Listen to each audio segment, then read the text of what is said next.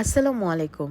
দীর্ঘ ১ বছর পর শ্বশুরবাড়িতে যেতে পেরে কেমন লেগেছে এবং কি কি করেছি ওখানে গিয়ে সেটাই দেখাবো এই ভ্লগে। দীর্ঘ ১ বছরের এক্সাইটমেন্ট নিয়ে সপরিবারে আমরা ঈদ করার উদ্দেশ্যে কুষ্টিয়ায় রওনা দিই। সারা রাস্তা স্বপ্ন যাবে বাড়ি আমার শুনতে শুনতে আমরা স্বপ্নের বাড়িতে চলেই আসলাম। আমাদের যেতে যেতে একদম সেহরির টাইম হয়ে যায় অ্যান্ড দেখি কেউই ঘুমায় নাই, সবাই আমাদের জন্য ওয়েট করতেছিল। খুব আনন্দ লাগতেছিল। আগে যে রুমগুলো ভ্লগে দেখতাম সেগুলো এখন সামনাসামনি দেখতেছি। যাওয়ার পরেই সবাই গল্প টল্প করা শুরু করে দেয়, দেন আমরা খাওয়া দাওয়া শেষ করি। আর এটা হচ্ছে আমার সবচেয়ে পিচ্ছি একটা দেবর। তো সকাল সকাল উঠে আমি বাসার চারপাশ ঘুরে ঘুরে দেখতেছিলাম। তো বাসার পিছনের সাইডে অনেকগুলো গাছ আছে, তার মধ্যে একটা আম গাছ, জাম গাছ, তেঁতুল গাছ। তো তেঁতুল গাছে আমি তেঁতুল দেখতে পেরে আর আম দেখতে পেরে আমার দেবরকে বলি যে তুমি পারো, আমি নিব।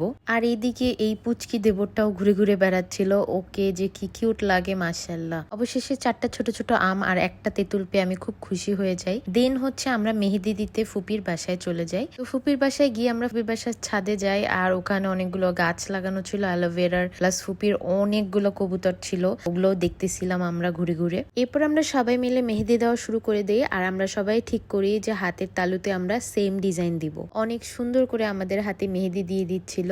এইদিকে আমি একটু লিপস্টিক দিয়ে নিচ্ছিলাম, কারণ হাতের তালুতে দেওয়ার পরে আমি আর লিপস্টিক দিয়ে ছবি তুলতে পারবো না। ভাবি লুকায় লুকায় আমার ভিডিও করে ফেলতেছিল। এই তো আমরা সবাই সেম টাইপ মেহেদি দিয়েছি হাতের তালুতে। এরপর ফটোশুট টুট করে বাসায় যাই। বাসায় এসেই দেখি আম্মু আর চাচি শাশুড়িরা মিলে ইফতারি বানাচ্ছিল।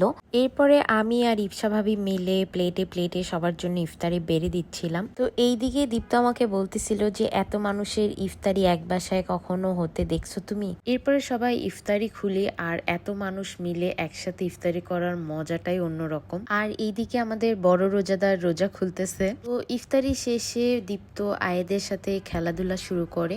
অল্প কিছু সময়ের মধ্যেই কিন্তু দীপ্তর সাথে ওর অনেক ভাব হয়ে গেছে।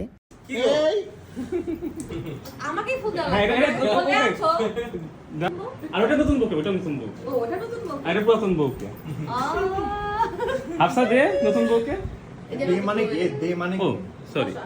দেন দাও হাফসা। না আমি যদি কিছু নাদ করতাম, আসসালামু ভালো আছেন। হ্যাঁ। আপনার ব্যাটার বউর জন্য যদি কেক না আনতাম সারা জীবন ঘরে ঢোকাতে পারতাম না, ঘরে ঢুকতে পারতাম।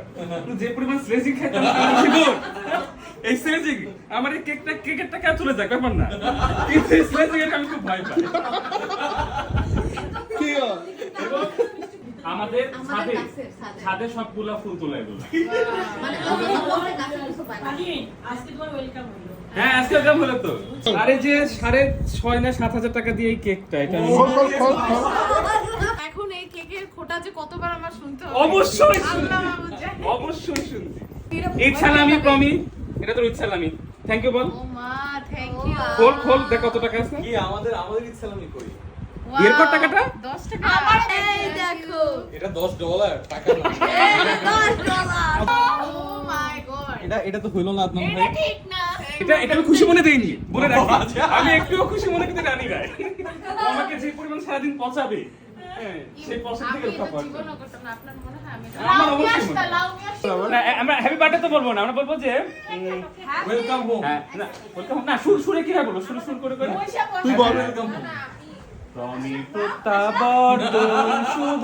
আচ্ছা আচ্ছা প্রমি সবাই বলে প্র্যাকটিস। এই প্রমি প্র্যাকটিস কর, প্র্যাকটিস কর। প্রমি প্রত্যাবর্তন শুভ হোক। বল দিত। প্রমি প্রত্যাবর্তন শুভ। কি আর কি বলতেছ না? ওকে। মানে চাচাকে খাওয়া দেন।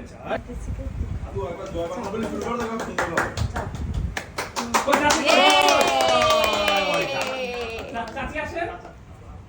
তো এতক্ষণ যেটা আপনারা দেখতেছিলেন এটা পুরোপুরি আদনান ভাইয়ের ক্রেডিট। আমরা সবাই মিলে বাইরে বের হব, তো তার জন্য ওয়েট করতেছিলাম, বাট সে কেক নিয়ে এসে যে আমাকে এইভাবে সারপ্রাইজ দিবে, দ্যাট ওয়াজ রিয়েলি আনএক্সপেক্টেড। তো এরপর আমরা সবাই মিলে ঘুরতে বের হয়ে যাই অ্যান্ড সবাই ফুচকা খেতে চলে আসি। কুষ্টিয়ার অনেক স্পেশাল একটা ফুচকা আর চটপটির দোকান আছে, সো ওখানে আমরা খেতে যাই।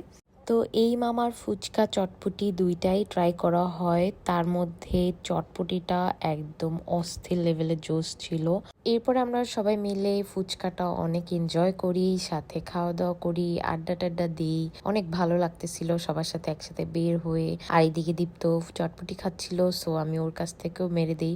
আর খাওয়ার পরে মনে হলো যে চটপটিটাই বেশি মজার ছিল। যাই হোক, ফুচকা খাওয়ার পরে আমরা অটোতে বের হয়ে যাই মালাই চা খাওয়ার জন্য। এরপরে আমরা চায়ের দোকানে চলে আসি, আর এটা ছিল আমার কুষ্টিয়ায় খাওয়া প্রথম মালাই চা। That was very good. অনেক বেশি মালাই ছিল, লিটারালি আমার চামচ নিয়ে মালাইটা খাওয়া লাগছে। তো চায়ের পার্টি শেষ করে আমরা গড়াই নদীর পাশে গেলাম, অ্যান্ড ওখানে সবাই মিলে আমরা আড্ডা দিচ্ছিলাম। খুব মজা লাগতেছিল অনেকদিন পর। তো এক কাপ চা খেতে খেতে এরকম একটা পরিবেশে আজকের ব্লগটা এখানেই শেষ করছি। কুষ্টিয়া রিলেটেড নেক্সট ব্লগগুলো কিন্তু আরো বেশি ইন্টারেস্টিং হতে যাচ্ছে, সো স্টে টিউনড। তো আজকে আমরা গেছিলাম হচ্ছে আমার শ্বশুর বাড়িতে, এবং চাটা সেই। আমার শ্বশুর বাড়ি চাটা যা খেলাম আমি নিউ জার্সিতে এরকম চা খাই না।